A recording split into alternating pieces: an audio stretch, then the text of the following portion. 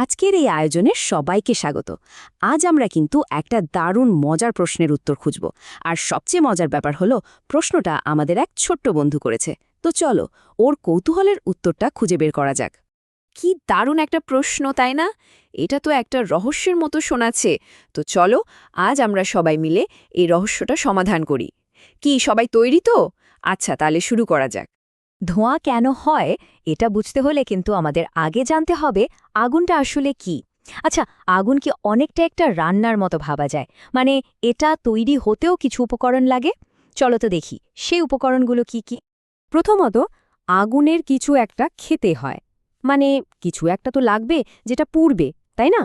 যেমন ধরো কাঠ, কাগজ বা শুকনো পাতা। এই জিনিসগুলোকেই বলা হয় জ্বালানি। জ্বালানি না থাকলে কিন্তু আগুন জ্বলতেই পারবে না।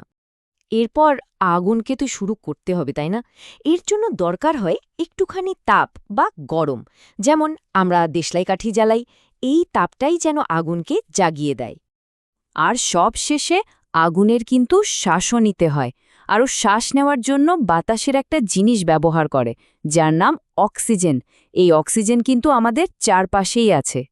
বেশ, যখন এই তিনটা জিনিস মানে জ্বালানি, তাপ আর অক্সিজেন একসাথে হয়, তখনই একটা দারুণ ব্যাপার ঘটে, যাকে বলে জ্বলে ওঠা।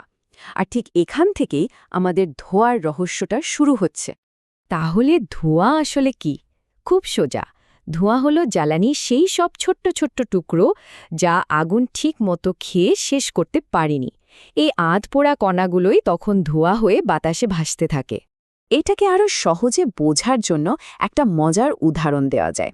ভাবা যেতে পারে ধোঁয়া হলো অনেকটা আগুনের জন্য কুকি বা বিস্কিটের গুঁড়ো। ব্যাপারটা আসলেই খুব মজার। আমরা যখন বিস্কুট খাই তখন যেমন ছোট ছোট গুঁড়ো পড়ে থাকে, তাই না? ঠিক তেমনি আগুন যখন তার খাবার মানে জ্বালানিটা খায়, তখন যেসব ছোট ছোট কণা সে পুরোপুরি শেষ করতে পারে না, সেগুলোই হলো ধোঁয়া। মানে ধোঁয়া হলো আগুনের খাবারের পড়ে থাকা অংশ। ওয়াহ, আমরা তো রহস্যের সব সূত্র খুঁজে পেয়ে গেছি। তার মানে এখন উত্তরটা মিলিয়ে নেওয়ার পালা। চলো পুরো ব্যাপারটা একবারে দেখে নিই। তাহলে ঘটনাটা কি দাঁড়ালো?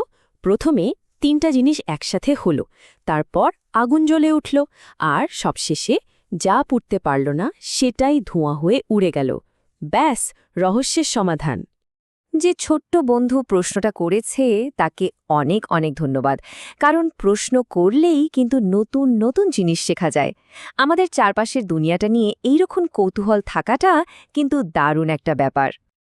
আমাদের আজকের আলোচনা তো শেষ হলো, কিন্তু যাওয়ার আগে সবার জন্য একটা নতুন প্রশ্ন। আচ্ছা, একটু ভেবে দেখা যাক তো, একটা কাগজ পোড়ালে যে ধোঁয়া হয় আর একটা শুকনো পাতা পোড়ালে যে ধোঁয়া হয়, দুটোর রং কি একই? এটাই না হয় আমাদের পরের রহস্য হয়ে থাকলো।